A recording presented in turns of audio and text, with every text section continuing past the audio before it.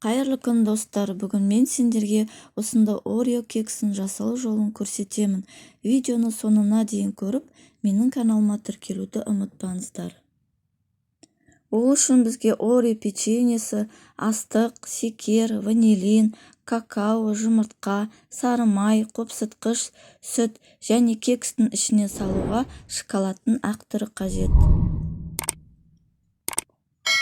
Астықтың үстіне қопсытқыш салып, електің ішінде қасықпен жақсылап араластырамыз.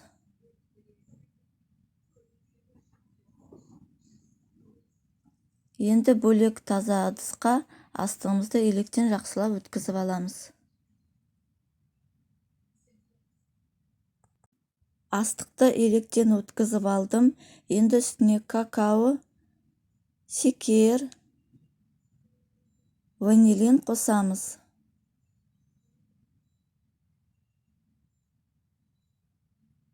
Жақсылап қасықпен араластырамыз. Бөлек таза ыдысқа еріген сары май құямыз. Жылы сүтімізді құямыз. Және 2 жұмыртқа салып, венчикпен жақсылап араластырамыз. Сұйық қоспаны астықтың үстіне құйып, тағы да араластырамыз.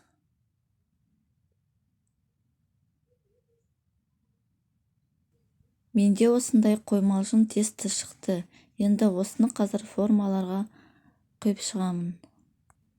Бізге осындай кекске арналған формалар қажет. Форманы майлап аламыз. Мен алдын ала майлап шықтым.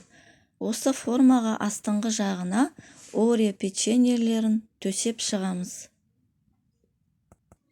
Бір-бірден печеньелерді форманың астыңғы жағына төсеп шығамыз.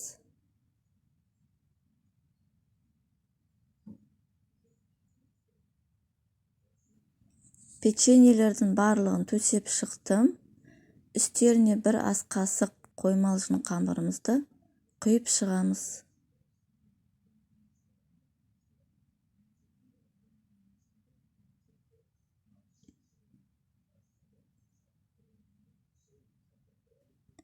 Барлық формаға қамырды құйып шықтым. Келесі бізде бетіне ақ шоколадты төсеп шығамыз бір-бірден.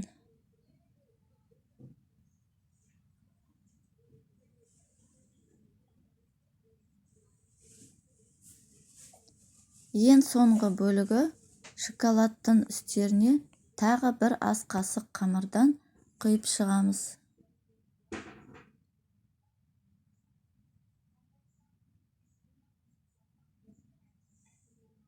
Қамырды формаларға құйып шықтым. Енді 200 градус қызып тұрған пеште 4-5 минут пісіреміз. Осымен Орео кексіміз дайын. Үстіне қант ұнтағын сеуіп шығамыз. Менімен болғандарыңыз үшін рахмет. Астарыңыз дәмді болсын.